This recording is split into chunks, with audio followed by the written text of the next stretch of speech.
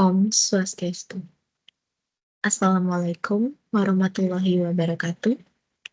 Shalom, salam sejahtera, dan salam kebajikan untuk kita semua. Baik, sebelumnya perkenalkan, nama saya Nika Deksanti Widiari dengan NIM 2300546. Baik, pada kesempatan kali ini saya akan menjelaskan dan mempresentasikan hasil pekerjaan saya mengenai usaha yang berkaitan dengan omnichannel sesuai dengan anjuran dan arahan dari Bapak Nasar selaku dosen yang mengajar pada mata kuliah kampanye dasar. Sebelum saya memulai, saya akan menjelaskan nama usaha saya, yaitu Dapur Makme, yang dimana Dapur Makme ini terbentuk dari saya dan ibu saya, bagaimana saya memanggil ibu saya seperti mak, mak, mak. Dengan begitu ibu saya kesal dan menjawab mak, mek, mak, mek. Maka dari itu saya terinspirasi menamai usaha ini dengan Dapur Mak Mek. Selain itu juga orang tua saya memiliki usaha nasi jinggo. Selain itu juga menerima catering. Maka dari itu saya berinisiatif untuk membantu orang tua saya dalam mempromosikannya melalui media digital.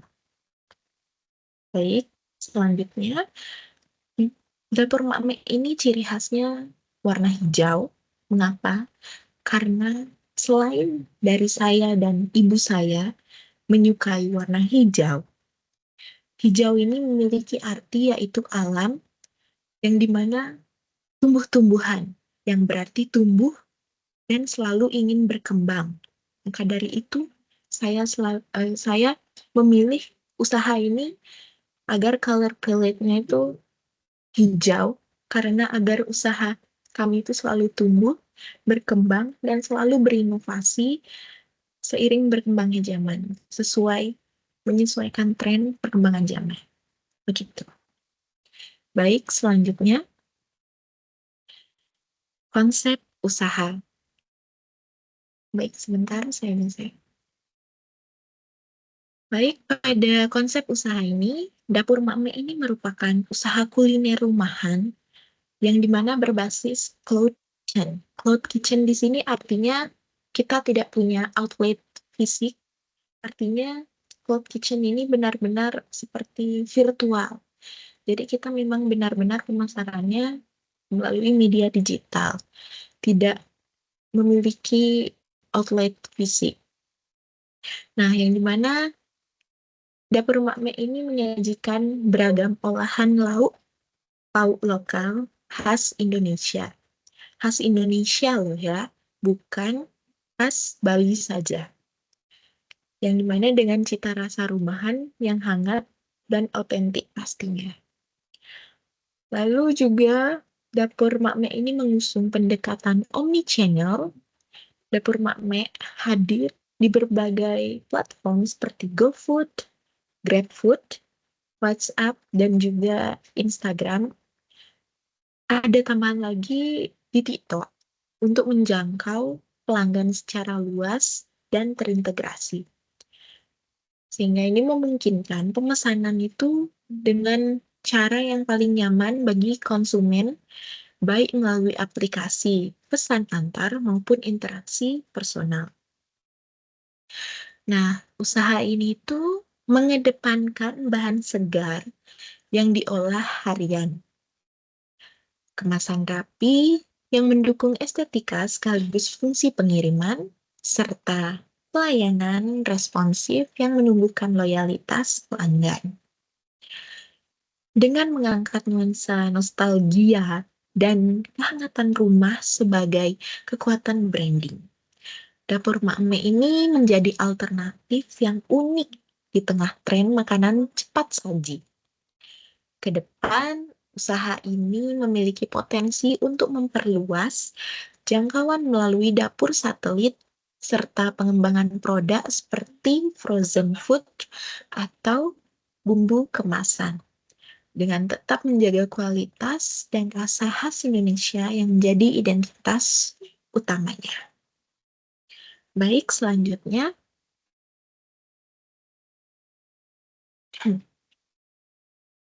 Yang selanjutnya terdapat BMC, yakni Business Model Canvas, Dapur Makmi. Jadi yang pertama itu K Partners. Ya. K Partners di sini terdapat mitra pengiriman makanan seperti Gojek, GoFood, Gojek, yakni bagian GoFood, lalu Grab, bagian GrabFood, serta Shopee Food. Lalu ada supplier bahan makanan untuk menjaga kualitas dan harganya agar tetap terjangkau. Lalu juga ada influencer kuliner untuk membantu dalam promosi serta review produk. Dan yang terakhir itu terdapat juga reseller lokal yang ingin menjual lauk pauk dari dapur Makmi. Lalu di MC yang kedua yakni ada K Activities, yakni memasak dan menyiapkan lauk pauk itu setiap hari. Lalu mengelola stok bahan baku dan operasional dapur, segala operasional dapur. Lalu juga ada promosi dan pemasaran digital untuk meningkatkan penjualan, serta berkoordinasi dengan mitra pengiriman agar makanan itu sampai dengan cepat dan aman. Lalu ada K Resources, yang dimana dapur produksi dan bahan bakunya itu berkualitas, lalu mitra pengiriman seperti Gojek atau Grab untuk distribusi makanan, lalu juga ada tim operasional, yang dimana tim operasionalnya ini terdiri dari anggota keluarga sendiri, seperti koki, admin media sosial, dan customer service. Lalu juga ada sistem pemesanan digital untuk mengelola pesanan. Lalu BMC yang keempat itu ada value proposition. Jadi di sini menyediakan lauk pauk khas rumahan dengan cita rasa autentik.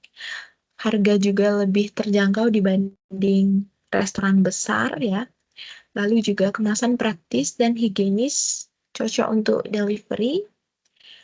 Yang pastinya kemasan di sini ramah lingkungan, lalu juga menu variatif yang bisa berubah setiap hari atau minggunya.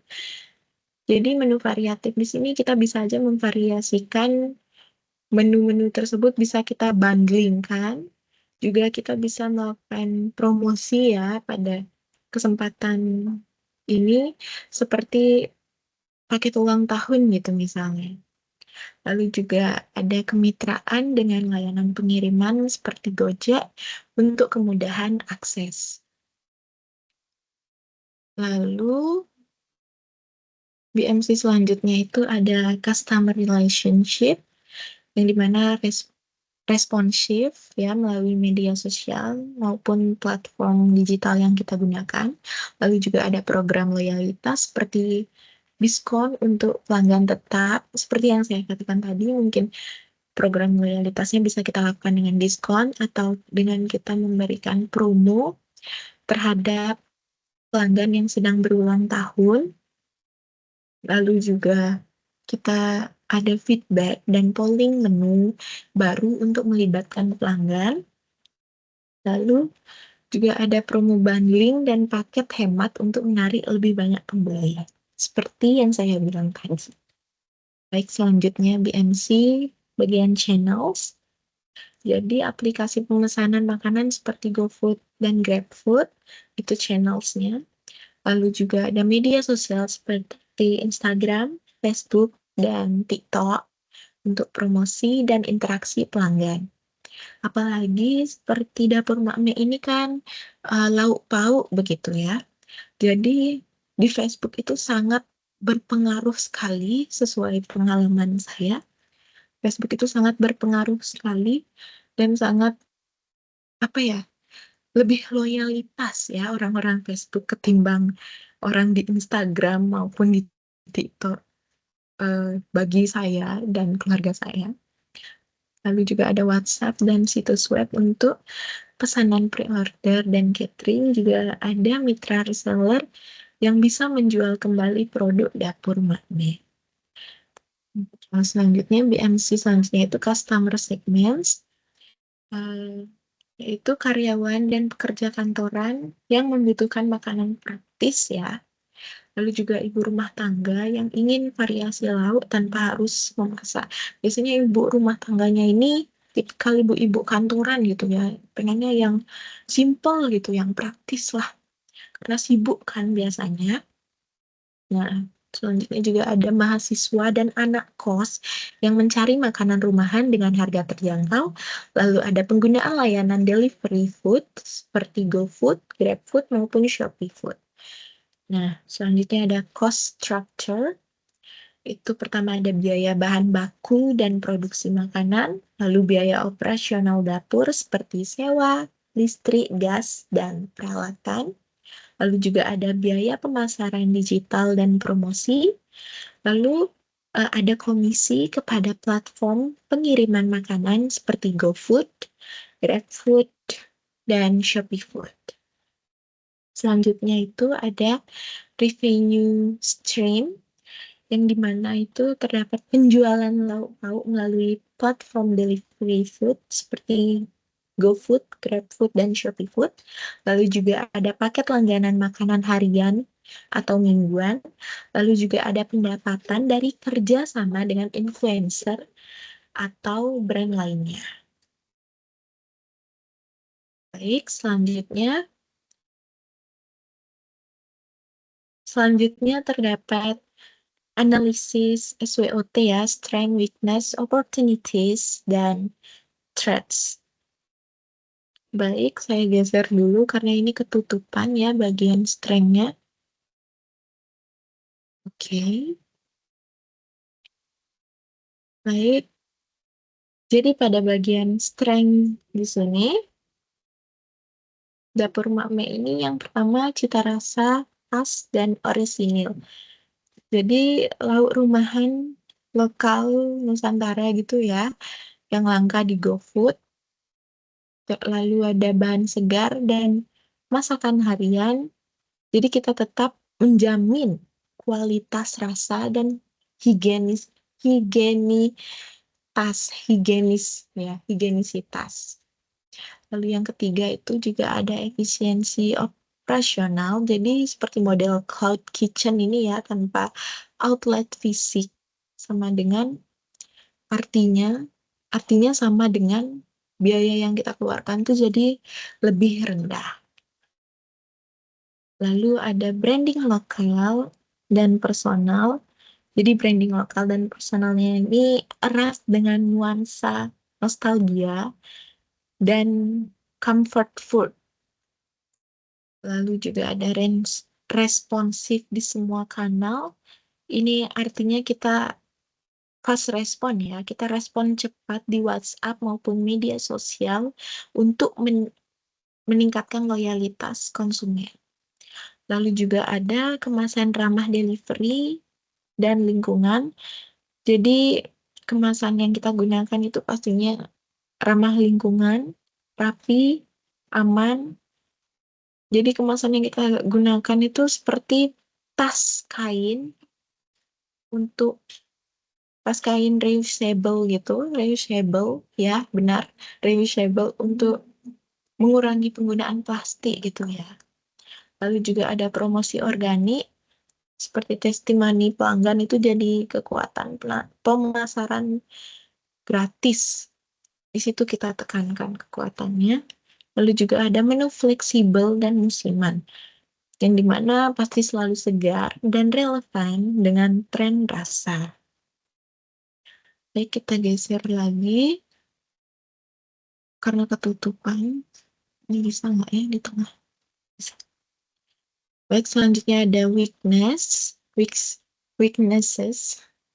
Jadi yang pertama itu ada pasokan bahan tidak stabil. Jadi beberapa bahan segar itu sulit didapat ya, sulit didapat secara konsisten. lalu juga produksinya terbatas, seperti sulit menangani lonjakan pesanan mendadak gitu ya. Lalu juga ada ketergantungan pada platform, jadi visibilitas sangat bergantung pada GoFood dan algoritma. Lalu juga ada sistem manajemen manual, jadi belum ada pencatatan stok dan keuangan digital yang memang rapi, yang memang terstruktur gitu. Masih ribet.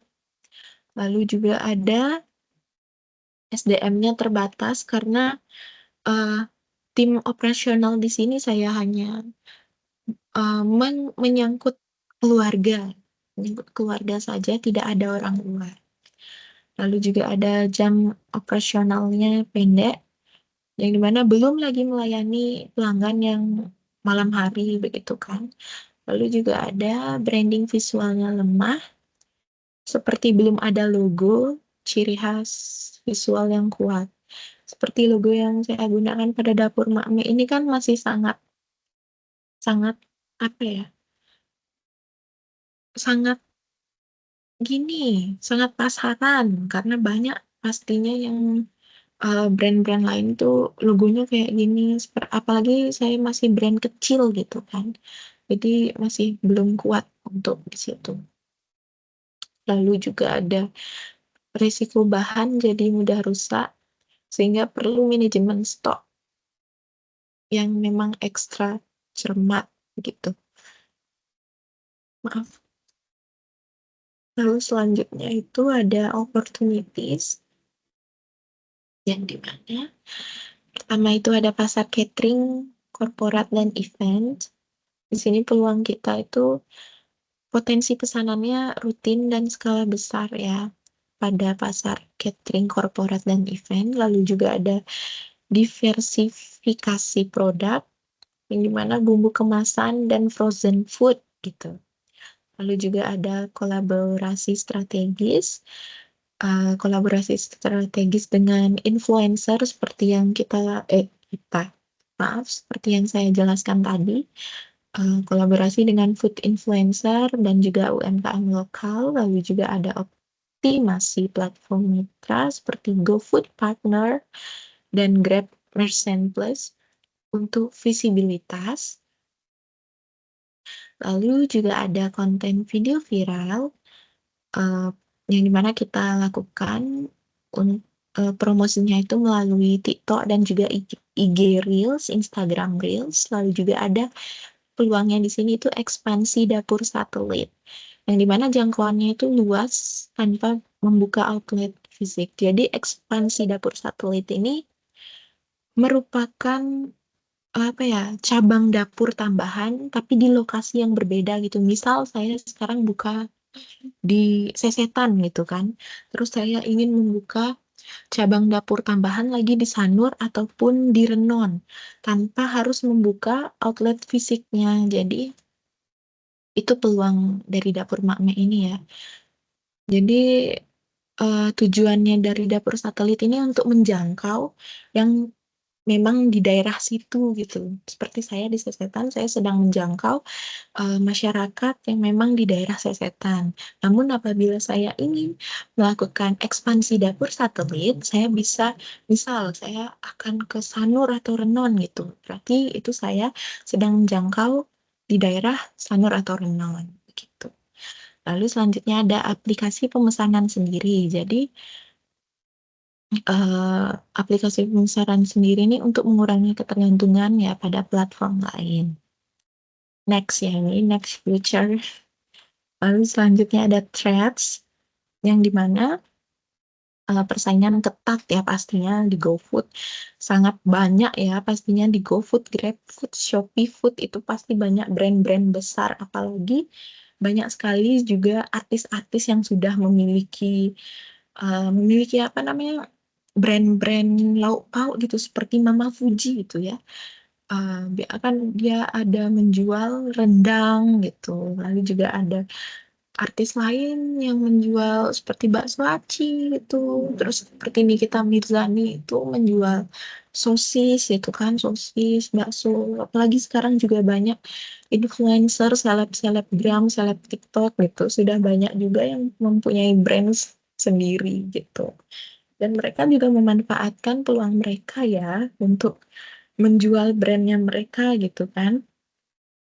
Jadi ya itu threads dari dapur Makmi pastinya. Lalu selanjutnya itu ada resiko perubahan sistem platform. Jadi resiko ini tuh komisi dan algoritmanya itu bisa kurangi exposure brand kita. Lalu juga ada fluktuasi harga bahan pokok. Jadi ini akan mengganggu margin jika tidak disiasati. Lalu juga ada reputasi rentan terpengaruh, seperti review buruk dari pelanggan bisa langsung menurunkan rating dari dapur mami itu sendiri. Lalu juga ada produk substitusi lebih praktis, seperti frozen food yang saya katakan tadi. Frozen food pabrikan itu jadi pesaing murah. Lalu juga ada pasokan bahan tidak stabil, seperti terganggu cuaca atau kondisi pasar. Lalu juga ada konsistensi rasa menurun saat ekspansi. Seperti yang saya katakan tadi, jika saya ingin membuka ekspansi dapur satelit, nah di daerah lain, jadi kan eh, membutuhkan tim gitu ya. Sedangkan tim yang disesekan itu kan karena keluarga yang ini jadi sudah mengerti apabila saya ingin buka lagi yang di sana. Jadi untuk menyeimbangkan rasa agar tetap stabil gitu itu agak sulit jadinya. Itu menjadi ancaman dari dapur magnet. Baik, selanjutnya udah ketutupan lagi ya. Selanjutnya ada Porter Five Forces Analysis. Ketutupan ya. Nanti ini ketutupan tidak? Tidak tahu. Baik, saya mulai dari new entrance. Izinkan saya bernafas sebentar. Baik, jadi entrance di sini, aduh ketutup. Salah geser. New entrance di sini, threats of new entrance. Jadi yang pertama itu modal rendah memungkinkan banyak pemain baru masuk. Jadi biaya awal usaha kuliner rumahan itu relatif rendah pastinya ya, apalagi dengan model cloud kitchen gitu. Jadi ini memungkinkan banyak pemain baru untuk masuk. Lalu yang kedua itu platform digital mempermudah peluncuran bisnis kuliner. Itu pasti ya. Apalagi platform digital seperti Instagram, apalagi TikTok gitu ya, yang lagi hit sekarang, tentunya sangat memudahkan siapa saja memulai brand makanan baru. Lalu yang ketiga itu persaingan cepat tumbuh, terutama di layanan pesan antar. Nah, seperti banyak UMKM nih yang bermunculan di GoFood, GrabFood, maupun Shopee Food tiap bulan. Jangankan tiap bulan ya, mungkin tiap minggu, bahkan tiap hari itu saja bisa ada aja brand baru gitu ya. Jadi benar-benar ketat, benar-benar sangat-sangat ketat dan padat, apalagi soal kuliner gitu. Lalu selanjutnya itu terdapat diferensiasi rasa dan layanan menjadi kunci bertahan. Jadi di dapur Mame di sini tentu perlu mempertahankan keunikan rasa dan juga pengalaman pelanggan untuk tetap unggul gitu ya di tiap platform agar naiklah namanya dan diketahui oleh banyak orang. Baik, selanjutnya. Selanjutnya ada buyers or bargaining power of buyers. Jadi yang pertama itu ada banyak pilihan kuliner serupa di GoFood maupun GrabFood gitu ya. Jadi konsumen itu memiliki banyak pilihan kuliner seperti lo tahu ini ya, baik di GoFood maupun GrabFood, Shopee Food, apalah itu. Ya. Lalu juga konsumen mudah berpindah jika tidak puas. Jadi ini artinya mereka itu bisa saja langsung berpindah ke penjual lain atau brand lain apabila harga, rasa, atau layanan dari kita itu kurang memuaskan dan kurang berkualitas. Lalu juga penilaian itu sangat dipengaruhi oleh rating, review, dan kecepatan respon. Jadi rating, review, dan respon cepat itu sangat-sangat mempengaruhi dan menentukan keputusan konsumen untuk membeli.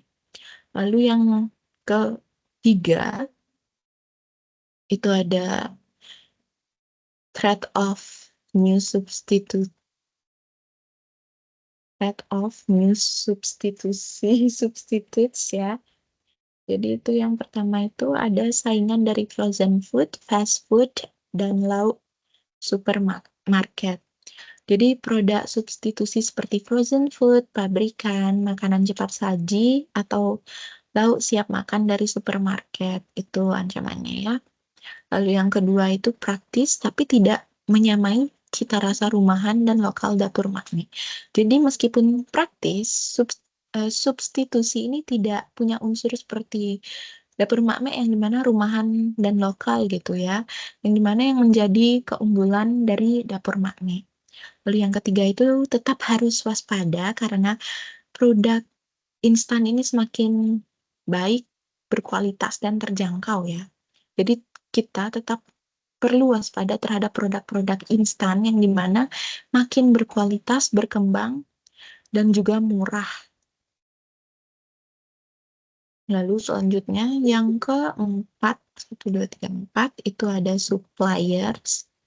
Yang pertama itu ketergantungan pada bahan segar, sehingga menyebabkan rentan fluktuasi harga. Jadi itu ketergantungan pada bahan segar seperti ikan, sayur, bumbu, rempah gitu, membuat dapur Makme itu jadi rentan pada fluktuasi harga dan pasokan. Lalu yang kedua itu cuaca dan panen juga mempengaruhi stabilitas pasokan. Jadi jika ada cuaca buruk atau gagal panen gitu, tentunya harga pasti bisa melonjak. Apalagi sekarang ya, cabai itu masih mahal loh, apalagi tomat.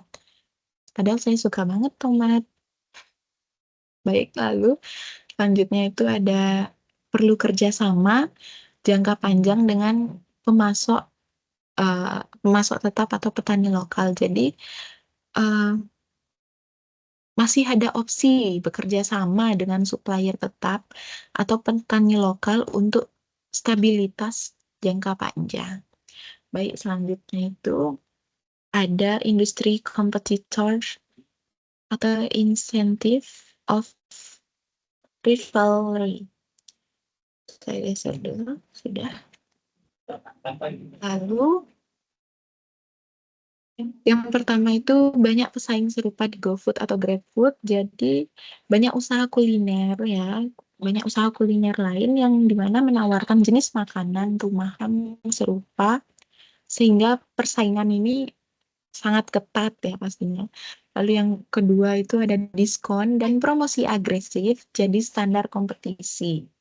Jadi seperti pesaing ini sering memberikan potongan harga lebih besar atau promo menarik memaksa pelaku usaha lain untuk ikut bersaing secara harga.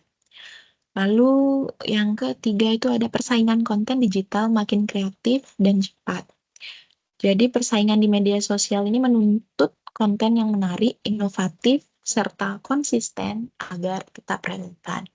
Lalu yang terakhir itu dapur Makme ini perlu tonjolkan keunikan rasa dan cerita lokal. Jadi keunggulan dapur Makme ini harus terletak pada otentisitas, seperti yang saya katakan tadi, otentik ya. Otentisitas rasa serta pendekatan naratif untuk menyentuh sisi emosional dan budaya pelanggan. Baik, mungkin segitu saja dari saya, yang dimana di sini saya menerangkan mengenai usaha dapur Makme. Sekian presentasi dari saya tutup dengan Parama Santi. Om Santi, Santi, Santi, Om. Terima kasih.